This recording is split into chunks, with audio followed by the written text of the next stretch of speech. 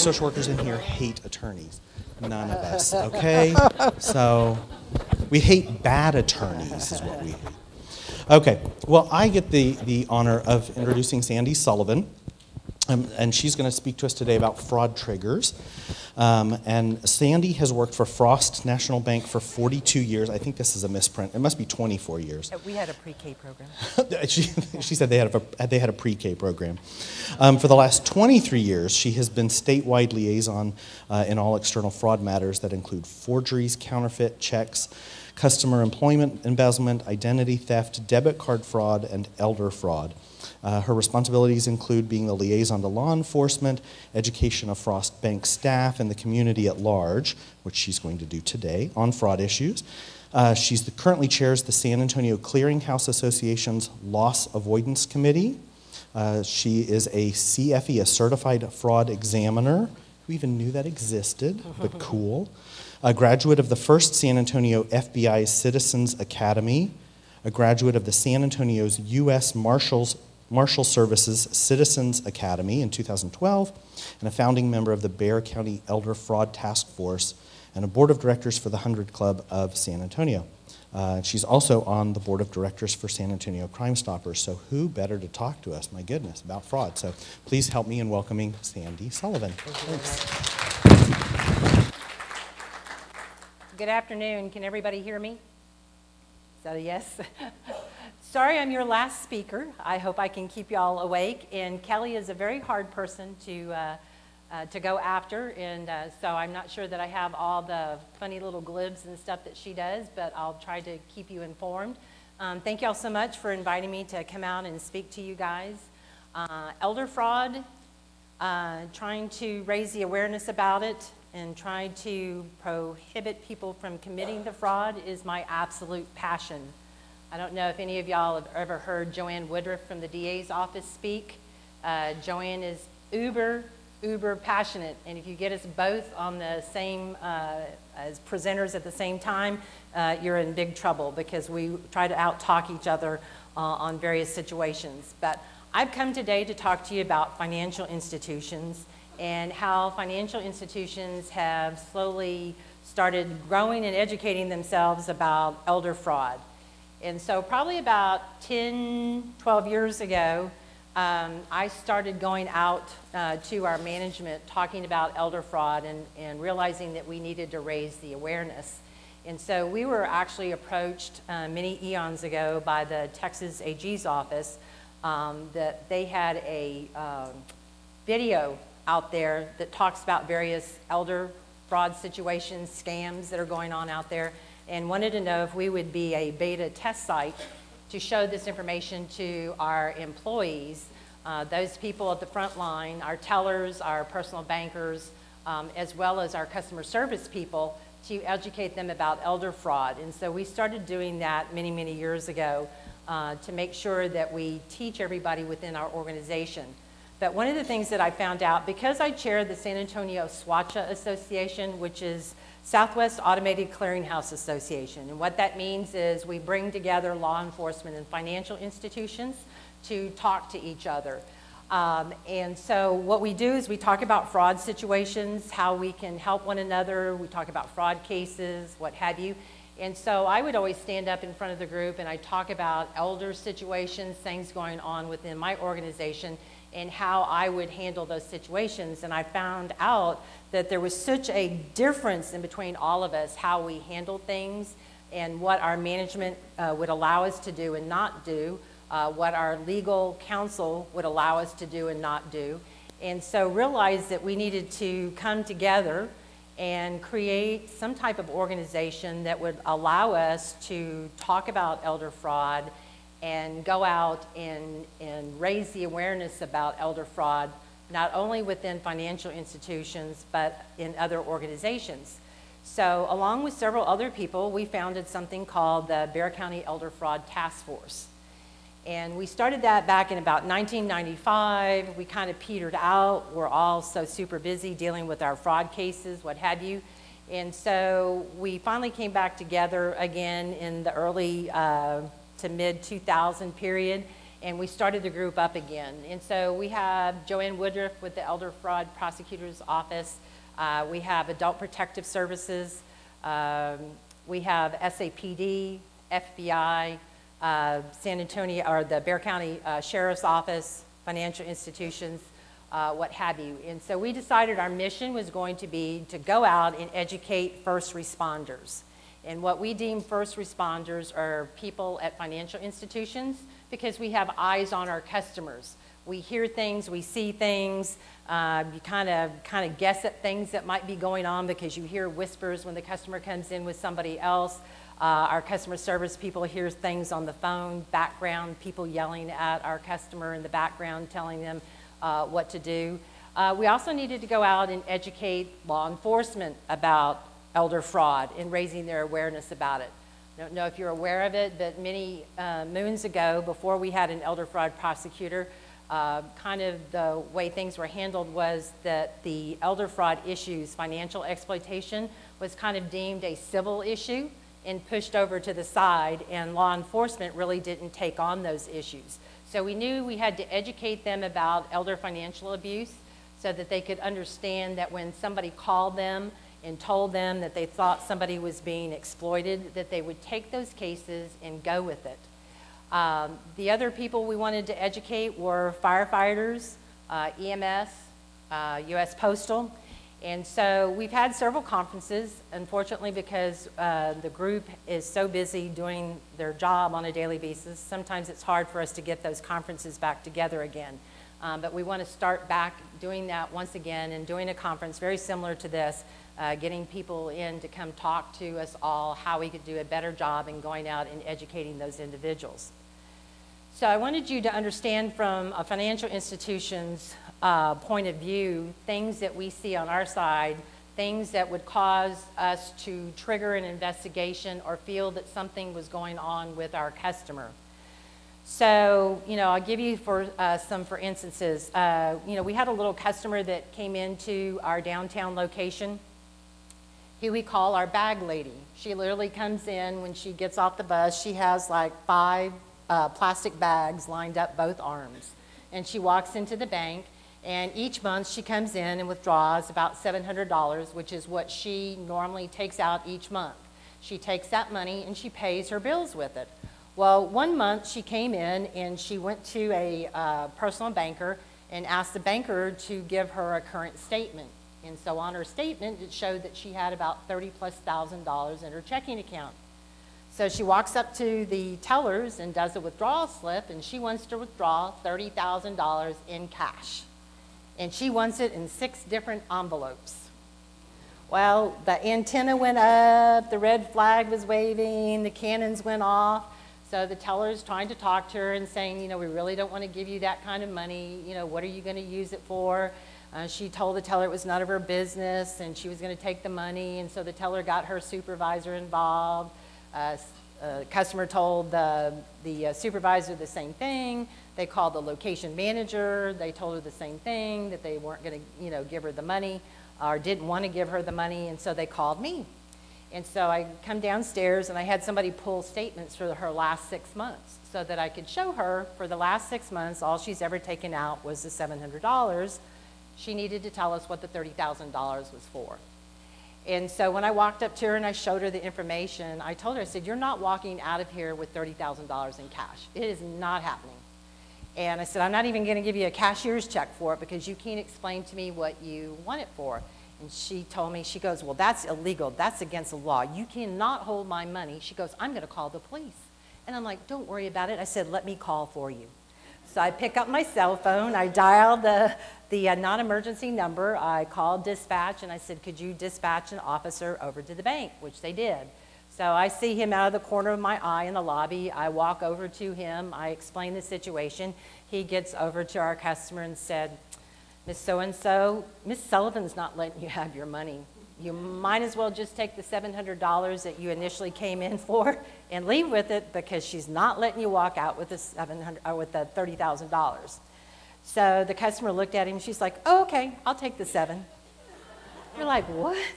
So I asked the police officer, I said, would you mind taking her home? I really don't want her to get on a bus and go back home. because I'm fearful that maybe somebody told her to come in and take the $30,000 out, and maybe they're waiting for her back at the house. And so he did. He called me back. He let me know that he dropped her off. Everything was okay there. Nothing looked, abnormal and what have you. Now, that's what I was able to do at my financial institution. Not every financial institution has the same rules, regulations, procedures, same legal counsel, whatever. We have legal counsel that have said, you need to pay attention to your customer. You need to understand if they're getting ready to be defrauded. You need to understand if they can get in harm's way by what they're getting ready to do. And so if you do that, no judge is going to hold your feet to the fire and say, gosh, Ms. Sullivan, you're going to jail because you kept that person's money and didn't let them have it. So if I did it out of meanness because I didn't like the dress she had on, or I was upset with her, for some reason, that would be a whole different story. But again, you're going to hit different walls when you go to different financial institutions out there. They're not all going to react the same way. So you need to learn about each one of these institutions. You need to build the relationship with those institutions. You need to find somebody, me, who can reach out and help you find those other institutions and the person that you need to go to. If you walk in and talk to their customer service person or their personal banker or their teller, you're not going to get a whole lot of help. But if you go to a fraud individual, somebody that's used to dealing with fraud or potential problems on customers, then you're going to get in the right door, or possibly in the right door. I can't say that always you're going to get the answer that you want. But over the years, having chaired the SWATCHA group, I found out a long time ago, some people hit that brick wall and they won't get up and try to walk around the brick wall and find other ways to get into where they need to go. So building those relationships is an awesome thing. I have such a wonderful relationship with Adult Protective Services, with SAPD, with the Judge's Probate Court. I can pick up the phone and say, gosh, I need your help. And conversely, on the other side, they know that they can pick up the phone and they can call me. There are a lot of attorneys out here in the audience that I've worked with over the years, worked proudly with. And again, before I go on, I want to tell each and every one of you in this room, I cannot thank you enough for what you do every single day for our seniors. And like I said, I get very passionate about it. And so they're very near and dear to my heart. I hope that somebody's out there going to protect me when I get older. And by the way, that's my older self. This is my younger self. I don't lay claim to that picture. But anyway, so thank you for what you do every single day. We really, really appreciate it. But building those relationships out there is just, I cannot tell you how many doors have been opened. And it's not being opened for me. It's being opened for my customer. And that's who I'm there to protect. If I can't protect the customer, then I'm trying to protect the bank. But my first thing that I do is I'm protecting the customer. And I think you'll find that out at other financial institutions as well. They really want to protect their customer, but unfortunately they may be hindered by certain things, such as their legal counsel or certain policies that have been set in place. One of the things a lot of people, you hear a lot, right to privacy. Oh, I can't give you that information because it's private, what have you. Again, because of financial institutions, and we do have to keep our customer information private, if you can get to the right individual and ask some questions, and I tell people a lot of time, if you want to ask me yes, no questions, ask me a question and I'll tell you yes or no. I may not be able to give you a definitive, but ask me yes or no so we can decide how we get to the answer that you're looking for, and I'll be more than glad to help you out that way. And I know a lot of other financial institutions are out there as well. Trigger points. What are some things that trigger us, looking into financial exploitation on an elderly person? It's going to be, we're looking at their history. We're looking at their finances. We go back, we look at statements. And so a lot of times when we look at history, something sticks out. There's a lot of, transactions happening that didn't happen before. There's a lot of cash transactions. People are taking cash out that they don't normally take out. So those are a trigger for us, and we have better software these days that can allow us to track and look at that information to know what we're seeing on a customer's account. If we see an 85-year-old and there's a lot of debit card transactions, that's going to raise a trigger for us because that's not natural. You're not seeing an 85-year-old get out and do a lot of point of sale or ATM, withdrawals. That doesn't look right. So we're going to dig into it. We're going to ask questions. We're going to call the customer to come in and talk to us and tell us what's going on. Unfortunately, with 9/11, it triggered our society going from being reactive to being proactive. And so we have the right to ask our customers now, what are you doing with this money? Why are you making this deposit? So we don't just look at the money that's going out of a customer's account, we also look at money coming into a customer's account. One of the big things that are on the increase now are customers who are being defrauded because of the love going on the internet. They're going out to different matchmaking sites, and because of love, their 85-year-old woman hooks up with a 25-year-old male who says, I can get to the United States, but I'm going to need you to send some money to me. I was talking to somebody earlier, was it today or yesterday, that told me that they had an elder situation where the customer was, it was a male elderly customer sending money off to a female. And he's here in Texas, she's in Tennessee. She was a registered nurse until the other day, but she decided to leave her employment and go live in Dallas to take care of a friend. And if he wanted to marry her, she also had a friend that could sell jewelry at a very discounted price.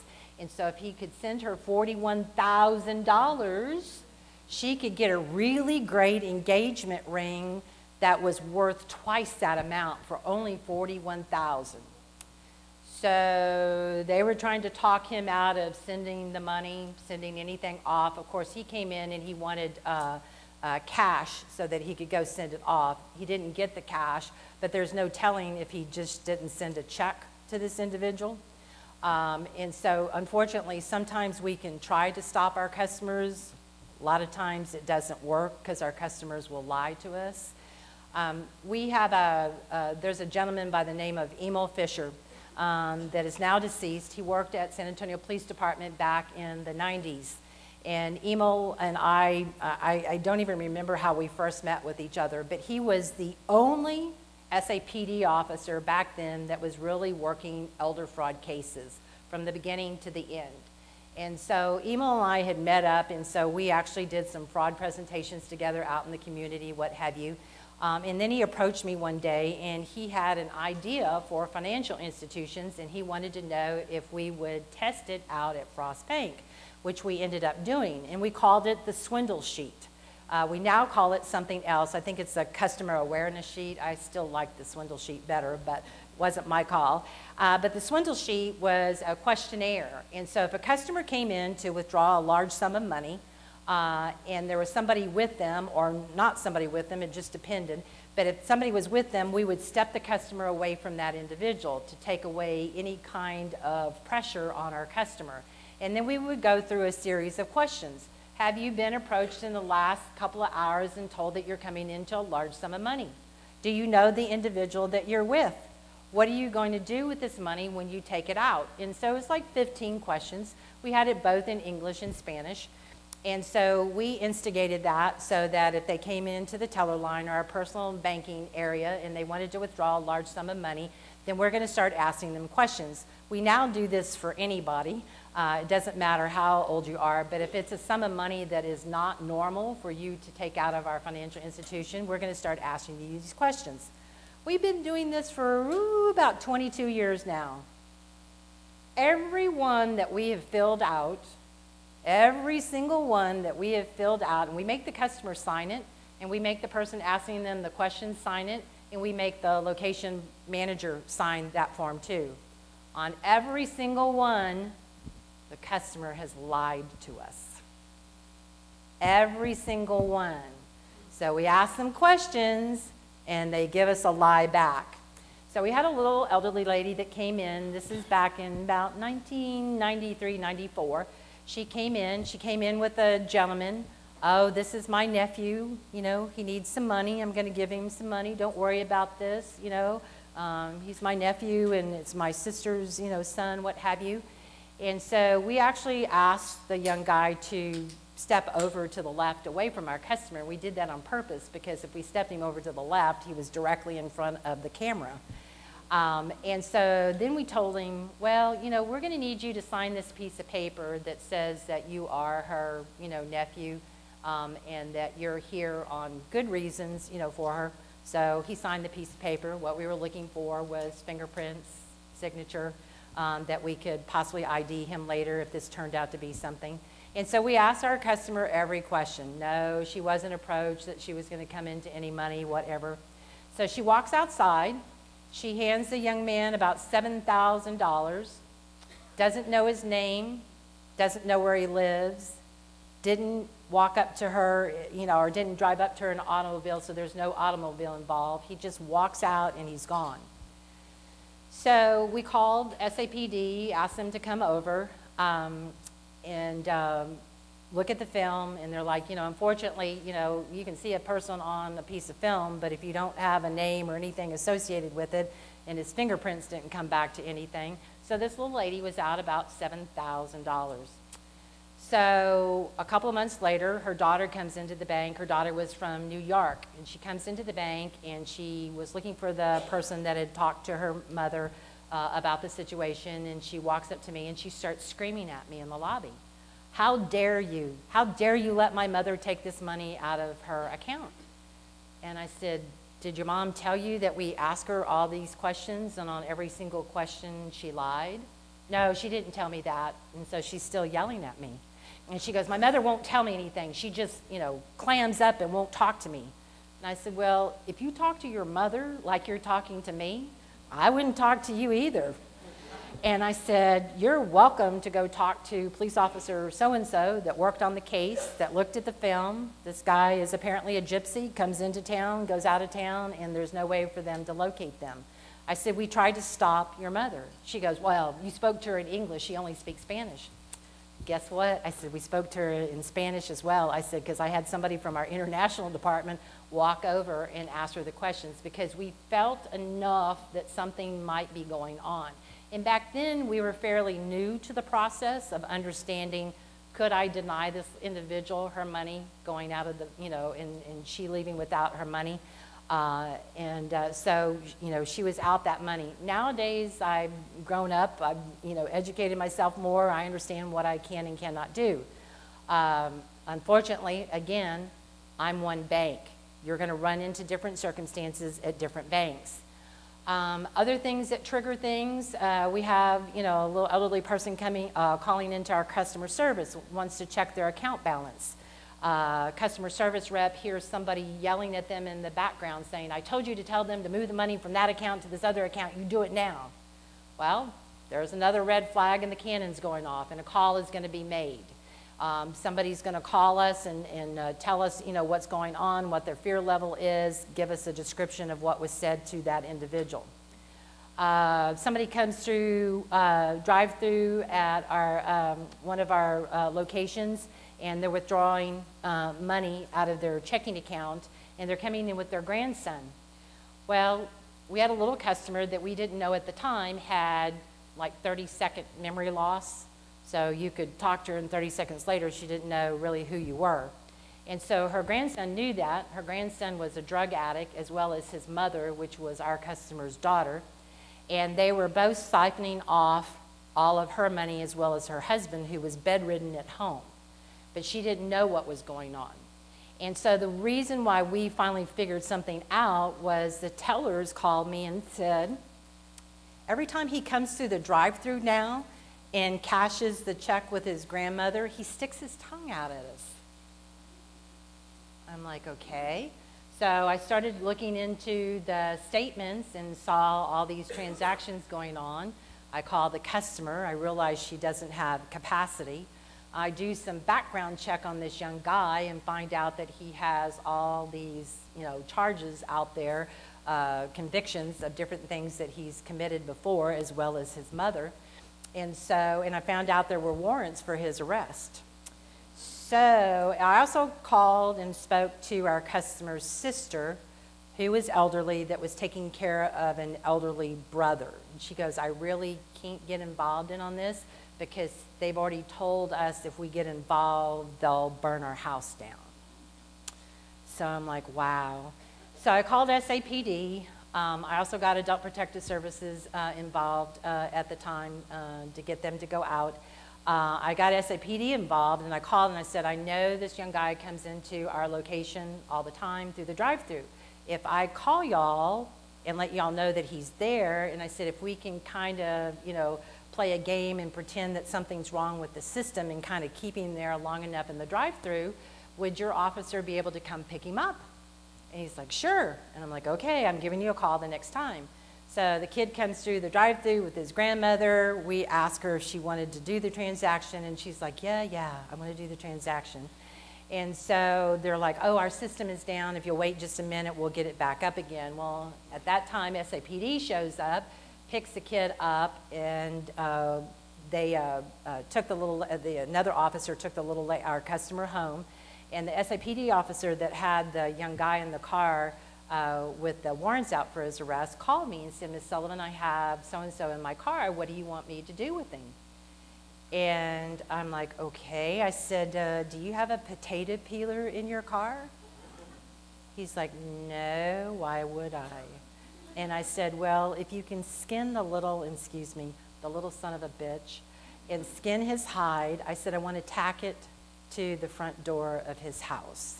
And he's like, wow, ma'am, you're really mean.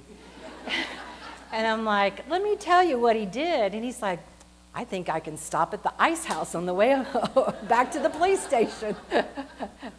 So anyway, red flags, things that we see. So, one of the things that I educate our bankers about is to believe in this, whether this is gut feeling, intuition, or whatever it is. If it doesn't feel right, it probably isn't. So if we have a little elderly customer, something's going on, something doesn't sound right, the little customer is telling us, something, then get somebody else in the boat with you. Get somebody else in there so that we can ask those questions. We're not asking our bankers to be experts in understanding dementia or lack of executive function or Alzheimer's. It gets very confusing for people to understand those different things. And then you have a situation like I did one day where we had a banker call me and said, Ms. Sullivan, I have a customer here with me. I had a customer with me that came in a while ago, and I think she may be a victim of elder fraud. And I'm like, okay, describe the situation to me. So she's describing the situation. And so I'm talking to her, and I said, oh, by the way, I said, what's our customer's name? And she told me, and I said, and how old is she? She goes, oh, she's really old. She was born in 1964. I'm like, okay, sweetie. I said, you better be hanging up this phone because I'm getting ready to tell you what year I was born in, and you're really not going to like it. And so she actually hung up on me. I had to call her back, and I'm like, it was just a joke. I was only kidding. But you need to learn how to subtract from today's date and understand what elderly means. I said, because I really don't consider myself elderly at this time. So you have people that don't have the same street smarts that I do. You have the same people that don't have the same background I do because I see it on a daily basis. I deal with it 7 days a week, 24 hours a day. And I say that because I get emails all the time. I get phone calls all the time on situations that are going on with a customer. So again, you can't rely on coming into a financial institution and talking to just anybody that's there that you need help with. So if you can build those relationships and understand how those things form, then you can get to the right individual that you need to go to. Because I'm having a senior moment, I'm going to look at my notes.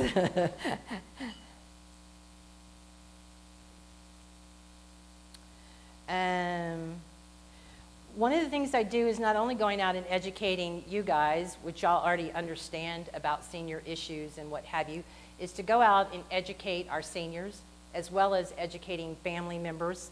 The unfortunate thing is probably about 85 to 90% of the elder financial exploitation that we see in financial institutions is committed by the family. And that's a really sad stat to talk about, but it is true.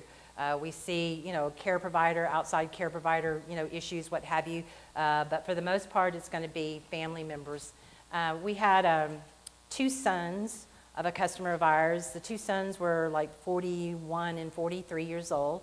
Dad was in a VA hospital up in, I believe, Tyler, Texas, or up near there. He was actually dying of emphysema, but he was totally had his capacity. There was nothing wrong with his capacity. Sons decided that they didn't want to wait for Dad to die. He had a lot of money. So they counterfeited some stationery off of the VA hospital and wrote a letter to all the financial institutions wherever he had accounts and said, Mr. So-and-so is NCM, unable to take care of his business, and his sons have power of attorney, and they would really like to combine all of his money together in one place. So could you please issue a cashier's check and send it to X? Unfortunately, again, this was way back in the early 90s before we were educating everybody about different things, and somebody just decided to go ahead and cut that check. It was a very large check. Our customer called one of his financial institutions to check on his account balance because he needed to do something, and found out that his account was closed and totally wiped out. So he called the next one and the next one and the next one. Well, his last phone call was to the FBI. And so he called the FBI and told them what his sons had done and said, I want them to go to prison.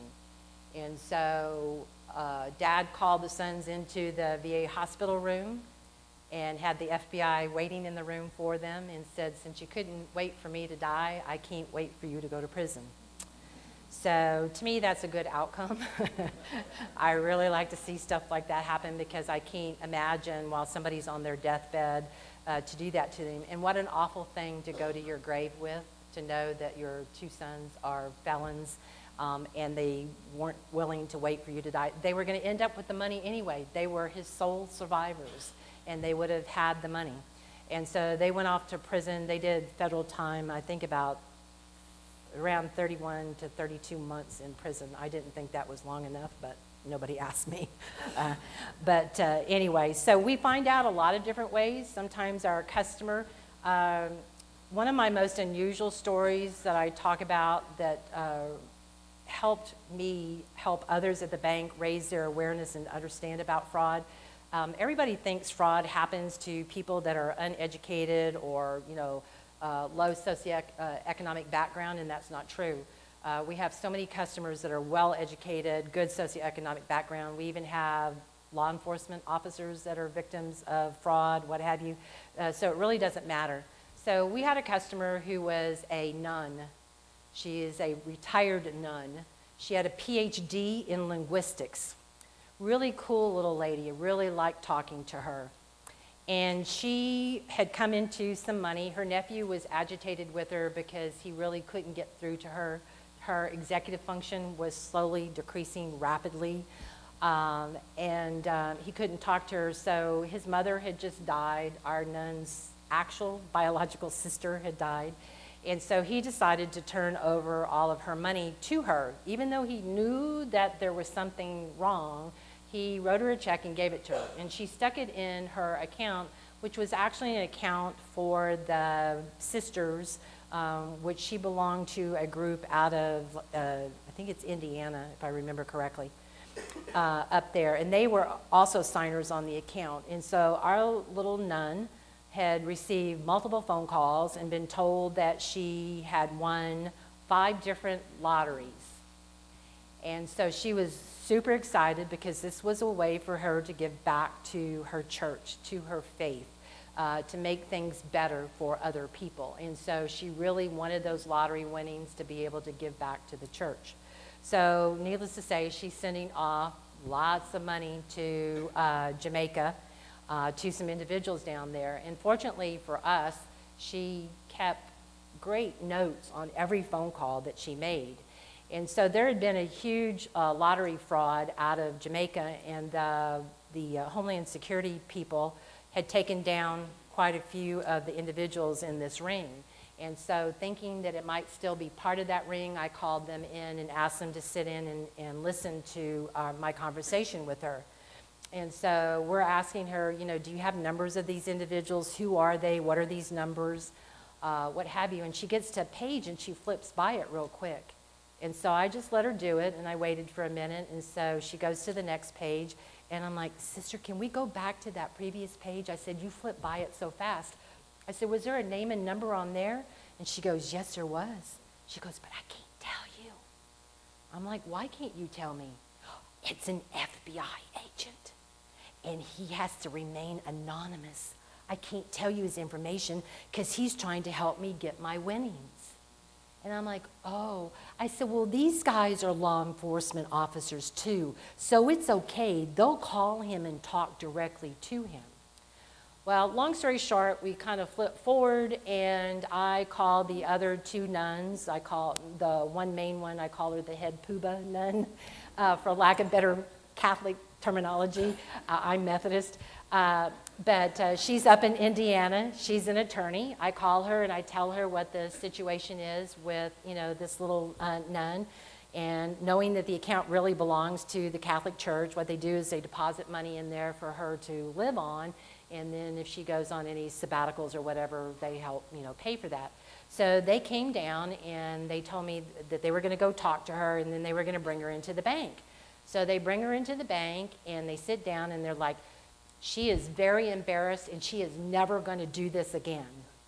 And I'm like looking at him like, you made her feel embarrassed? You know, why would you do that? So I'm looking at them, and so they said, we took her phone away from her. We got her a new cell phone. She gave us all their numbers. She doesn't have any of those numbers. She's never going to do this again. We want to close out this checking account, and we're going to open up another one so we can deposit money in there for her. And so they get up and they're like, okay, we're ready to leave. And so the head nun leans into me to give me a hug. And so I'm like, she's going to do it again. And she's like, no, she's not. We already talked to her about it. She's ashamed of what she did. She's not going to gamble anymore. What's gambling? I said, she's not gambling. Oh, yeah, she's gambling. And I'm like, oh, my goodness, y'all didn't hear anything that I told y'all. So I called her after she left, and I said, this is not a gambling issue. This is a problem with her executive function. Y'all need to get her to the right doctor. Oh, well, we're going to make an appointment with her, you know, for a doctor so he can talk to her about her gambling problems. I'm like, well, it's not going to do you any good. And I said, and besides that, she didn't get rid of all the numbers that you think she got rid of. She's going to call these guys back and say, hey, they took my phone away from me. They gave me another one. Here's my new phone number, which is exactly what they did. And so I'm on my way to Corpus Christi with my aunt from Montana and my husband to go down there for a weekend.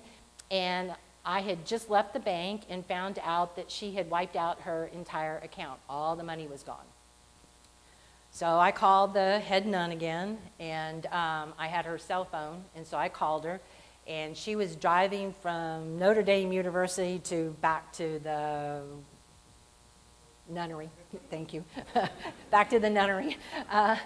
And so all of a sudden she blurted out these expletives, and I'm like, how many Hail Marys do you have to say for saying that? I said, I didn't know y'all could talk like that. So I'm laughing hysterically, and my husband's, you know, what did she say? So I'm like, oh my gosh. And she said, you told us about this. She goes, I need to go back and talk to the head mother nun and tell her about it. So about a week later, I get a call from the mother nun who said, well, we've already have an appointment for her to go see the doctor about her gambling problem, but I was told I needed to call you. And I'm like, where are y'all getting this? I've got to call a doctor about her gambling. It's not gambling. Let me explain this. And she's like, oh, so I need to get her to a geriatric doctor. Yes, thank you. And I said, and don't open any more accounts for her because she's not capable of understanding what she needs to do. And I said, and more people are going to call her. I said, they probably have her mailing address, so somehow they're going to find her again. So they decided that they would have somebody else in charge of her money, and they would give her money on a weekly basis so that she could still feel that she had capacity and she's able to do. really incredible person to talk to, very, very intelligent. But again, here's something that caught up with us that just kind of came out of the blue based on a conversation that one of our tellers heard her talking to somebody about. And so raising that awareness. So, you know, we're getting better at what we do. We're, you know, understanding different things that raise red flags, you know, for us within the financial institution. You know, again, you're going to get to different people doing different things at different financial institutions. So if you go into that with an understanding that you're going to have to work through the system with those individuals, you know, I'm very adamant about getting Adult Protective Services involved, the Judge's Probate Court involved. Sometimes we have multiple agencies working because we may have a situation. I know where Adult Protective Services hands get tied sometimes, and they can do so much, you know, at a certain pace. And sometimes we have situations with customers where we have to expedite it very quickly, which we had quite a few years ago on a gentleman that was taking a little customer of ours money out of her accounts and what have you. And because I froze those accounts, he decided he wanted to blow my brains out. And so he came into one of our locations with our customer in a makeshift wheelchair, and he wanted to close out our checking account. And I wasn't going to let him do that. And when he started ramming his wheelchair into me to keep me from talking to my customer, the hair stood up on the back of my neck, and I'm like, oh, there is something really wrong. I need to do something very quickly. So I looked at my customer and the gentleman and his wife, and I'm like, oh my God, I forgot. I have a meeting downtown. I need to let the people know I'm going to be late. So I went into another room. I called SAPD. I was over near the Prue Road substation, so I called the substation over there, asked for the lieutenant who was out. They dispatched two officers, uniformed officers over there. They called the lieutenant who showed up, and so he was told to leave. They left the facility. We decided that we needed to escalate things because based on just how he was acting to me, I knew something really was wrong. And so we got the Judge's Probate Court involved. I believe, I don't know if Kelly is still in here, but I think Kelly worked on that case for me. I called her and told her, whatever you do, do not go out to her house by yourself. Take a law enforcement officer with you. So what they did is Adult Protective Services went over to his house, and Kelly and the officer went to her house to keep him occupied so he wouldn't see them take her out of the house so they could go have her evaluated. And when they APS showed up at his door, he was in that makeshift wheelchair again, which he didn't need to be. And from underneath it, he pulls out a .357 Magnum. And so he's began to tell the APS caseworkers how much he hated Mrs. Sullivan and what an awful person I was and how much he wanted to blow my brains out. Well, of course, the two APS caseworkers are like, oh my God, we got to get out of here. So they're like, oh my God, we're supposed to be downtown at a meeting. I'm like, I came up with that. And so as they were walking away from the front door, they whispered to each other for one to go one way, one to go the other way. They were in separate cars. So they left the community where our customer lived and went separately in different ways.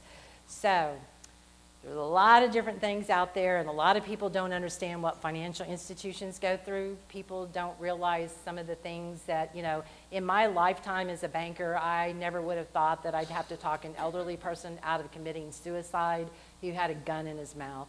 That was the absolute worst day of my life. I was getting ready to go do a presentation. I get a call from one of our bankers who said, I have a customer on the phone.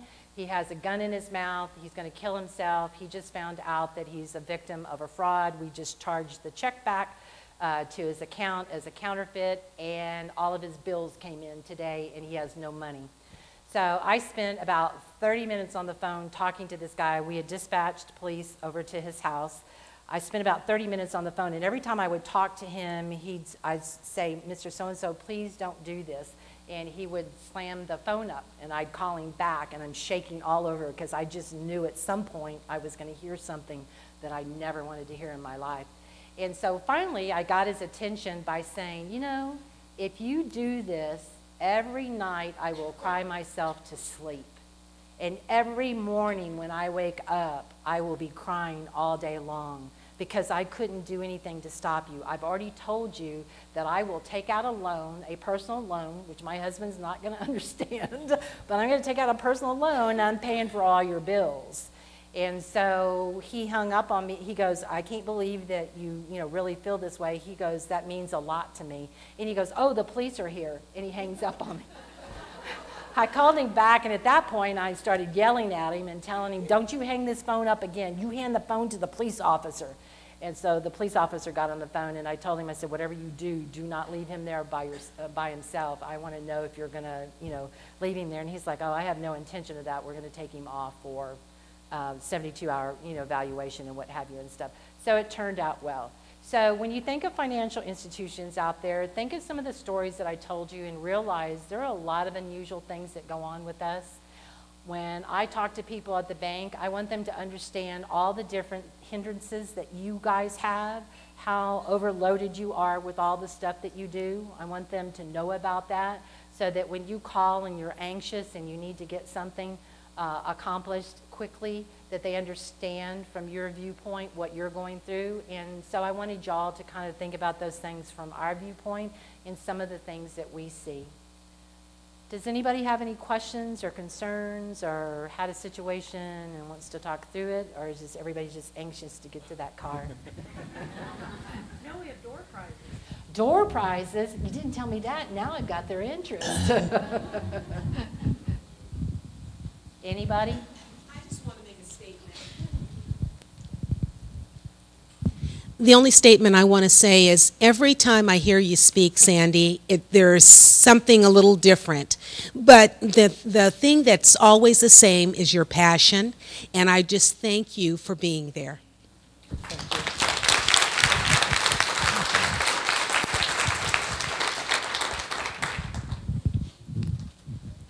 Anybody else? Okay. Okay. Sandy, I work for a non-medical senior home agency, and we struggle with the bank issue all the time. And, to the point where we know that we shouldn't be up at the window with our client, but, with their cognitive status, they forget what they're coming for. And then we get in trouble from the bank teller, from coaching them. And, then we just, sometimes when they take out too much money, we just go right back around and said, oh, you want to deposit money? And we just deposit the money right back in. And it's a very uncomfortable situation for my companions. But at the same time, we feel like we should be an advocate for them. And I can see where your tellers are like, why are you taking directions from this paid employee? Yeah, because we've trained them to look for those red flags. There are signs. Somebody's coaching them, suggesting that they do this. They don't know you. I suggest that you pick the same location each time that you go for your little customer. And then, sit down and talk to the location manager and say, here's my information. You're welcome to call my employer to find out who I am, that I'm advocating for this individual, and so I'm going to be coming in with her. Sometimes they forget what they need, and see if you can't work something out with that particular location. But you have to stick with the same location if possible, to go back to those same individuals so that they know you. Now, a lot of times people change and what have you, but ask them if they could put something out, on the system. You're not asking to be given information about the customer's account, but just maybe so that they understand who you are, who you're with, Right. and if they have any questions, that they can call you or call your employer. Thank you.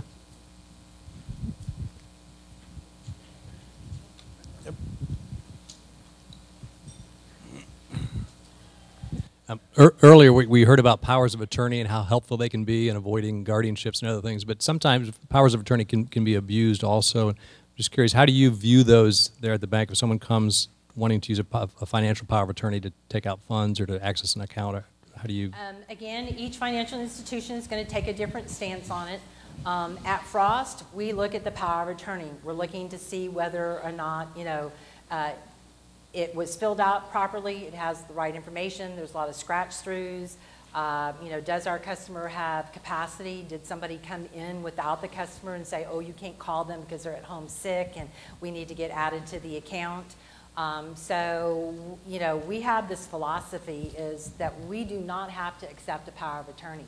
There is nothing out there that says any financial institution must take a power of attorney.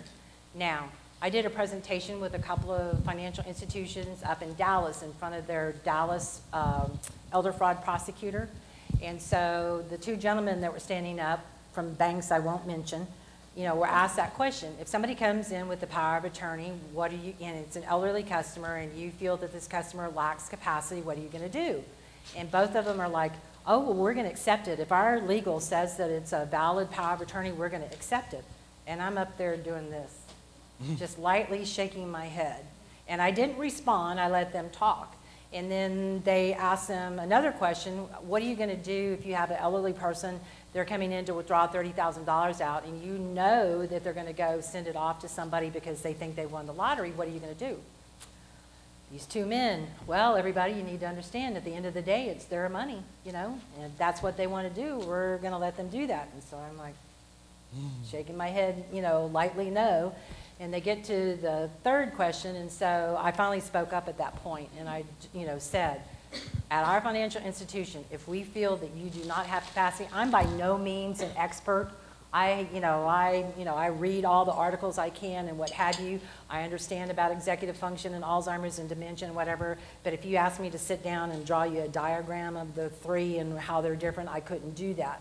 But I know enough to listen to this, and if my gut tells me that this person doesn't have capacity, I'm not accepting that power of attorney. And if I found out later that somebody in our financial institution accepted the power of attorney, and I speak to that customer and find out that the customer has no capacity, then I'm revoking you. I'm not going, we're going to take you off that account. And we had that happen many years ago with a young guy who was actually worked for a financial institution, and his uncle had a severe stroke. And he came in and added himself as a power of attorney. Well, at that moment, his uncle may have had slight capacity, but when he came in to talk to me, he had no idea where he was, who he was, why he was there. He really couldn't respond to any questions that I gave to him. So I looked at the kid and I'm like, you're not power of attorney anymore, and I'm not accepting this. And you've already written all this money off of his account. The young guy was buying a new home for he and his wife, and uncle was paying for all their, the kids' dance lessons and new blinds, new roof, new, whatever and stuff. And so he's like, I'm going to take you to court. And I said, have at it. I said, I can't imagine some judge going, shame on you, Miss Sullivan, for stopping the flow of money. And so, again, the judge's probate court got involved, and we were able to, stop it. And the rest of the family members came back and thanked us for, doing that. But so we're looking at it. We look at it case by case. Does it look right? Does it smell right? Somebody told me a long time ago, if it, quacks like a duck, walks like a duck, looks like a duck, it's a duck, And so the same thing goes for different things, power of attorney. So, we have a lot of issues with that. Again, not everybody has the same background that I do that they could assess, an individual. We had a customer that we thought was perfectly competent, and I asked to talk to her over the telephone, and, she said, well, I really need extra money because I need to go out and buy more aluminum foil because my ex-husband is sending x-ray vision through my windows. And so I'm like, could you pass me back to the banker that just just talked to you? And so the banker's like, oops, I didn't ask her enough questions, huh? And I'm like, nope, and stuff. But sometimes it's knowing what questions to ask and, how to get there. But power of attorneys are a big issue, and we look at them, again, case by case.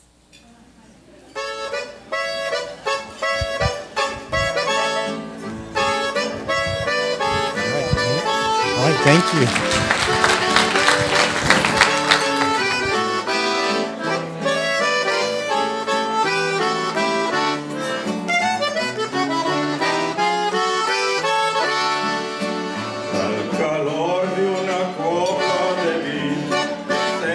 Valiente y